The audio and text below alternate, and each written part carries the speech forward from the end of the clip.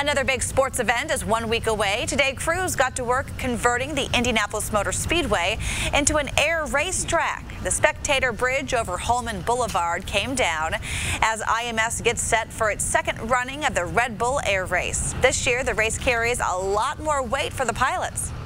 Last year was our first Red Bull Air Race Championship, and we were not the last race. One of the things that's neat about this year and different about this year is this race is the last race in the championship. So all year long, since they've started, the pilots in the Red Bull Air Race Championship have been talking about celebrating a champion in Indianapolis. The Red Bull Air Race happens next Saturday and Sunday, October 14th and 15th at IMS. Was it a cryptic message from President Trump? Ahead on RTV6, what the president said about North Korea, plus the action he is likely taking against another nation's nuclear ambitions. Garth Mania continues. Tonight, show 2 of 5. Hoosiers are raving about the first go-around. We'll show you how fans are celebrating. Tropical storm Nate churning toward the Gulf of Mexico. What you need to know as it makes its way toward the U.S. border.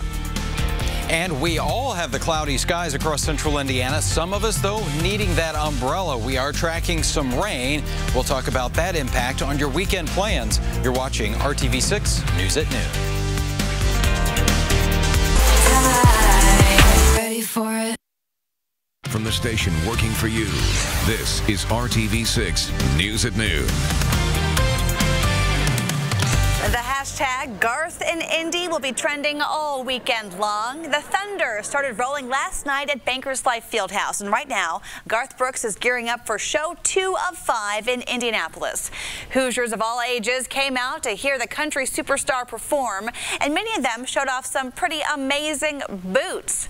We have a gallery of some of the boots worn to last night's show on the RTV6 app. Also on the app, you can travel back in time to what might be the first time Garth Brooks was in Indy at the Indiana State Fair 25 years ago. This reminds me of the days when music was what was real and music was what was important. We didn't do press conferences because nobody gave a damn about us, or we weren't newsworthy then. Look how young he was. We also have clips of fan reaction to seeing young Garth Brooks at the Indiana State Fair grandstand back in 1992. And here's a throwback. Billy Ray Cyrus was one of the headliners that year. That video is at the RTV6 app and the IndyChannel.com. Hey, Garth isn't the only big show in town this weekend. More than 60 artists will be playing on 5 different stages at the Fountain Square Music Festival. This year, the festival features groundbreaking artists like Fantogram, Bishop Briggs, and Real Estate, all at historic Fountain Square. A full lineup of the more than 60 artists are online at fountainsquaremusicfest.org. You can also find the schedule of the performances. VIP passes are sold out, but you can still get regular tickets for the festival that runs tonight and tomorrow. A new threat in the Gulf of Mexico aiming toward the U.S. What we know today about Tropical Storm Nate and its strength as people in Louisiana and Florida brace for the worst. And Friday, football frenzy takes us to Carmel, where the Greyhounds show us they can compete in football and also in school spirit. Let's take a live look downtown, checking out a very hazy view of Indianapolis. Kyle Mounts is coming up with your Storm Team 6 forecast right here on RTV6 News at Noon.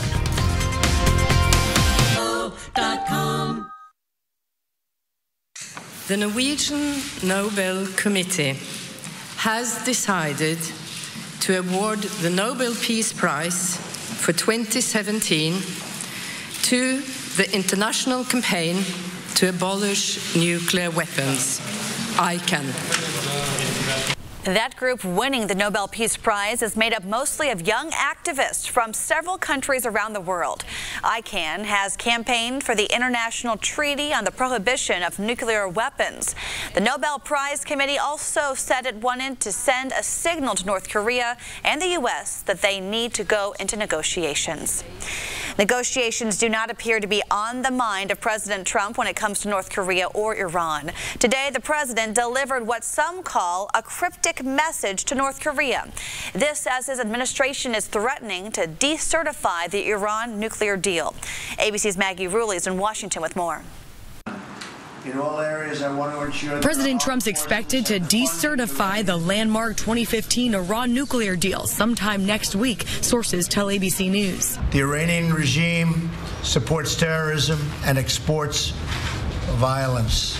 They have not lived up to the spirit of their agreement. And is also having to deal with threats from North Korea, saying that once again, all options are on the table. We'll do what we must do to prevent that from happening, and it will be done if necessary, believe me. These comments only adding to the growing tensions between the world's top nuclear powers and those countries aggressively trying to get nuclear weapons, like North Korea. Trump's off-the-cuff comments at last night's dinner with military leaders and their wives at the White House. You know what this represents?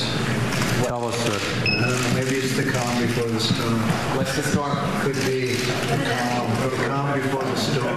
Triggering a flurry of confusion.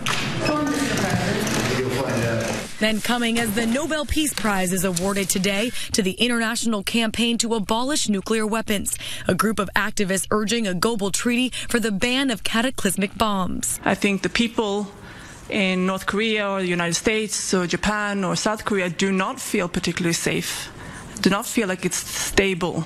Many experts say that with this award, the Nobel Committee was trying to send a signal to North Korea and the U.S. that they need to go into negotiations. Maggie Rulli, ABC News, Washington.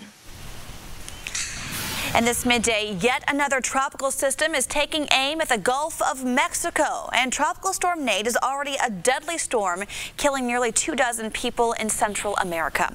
Florida, Louisiana, and Alabama have already declared states of emergency.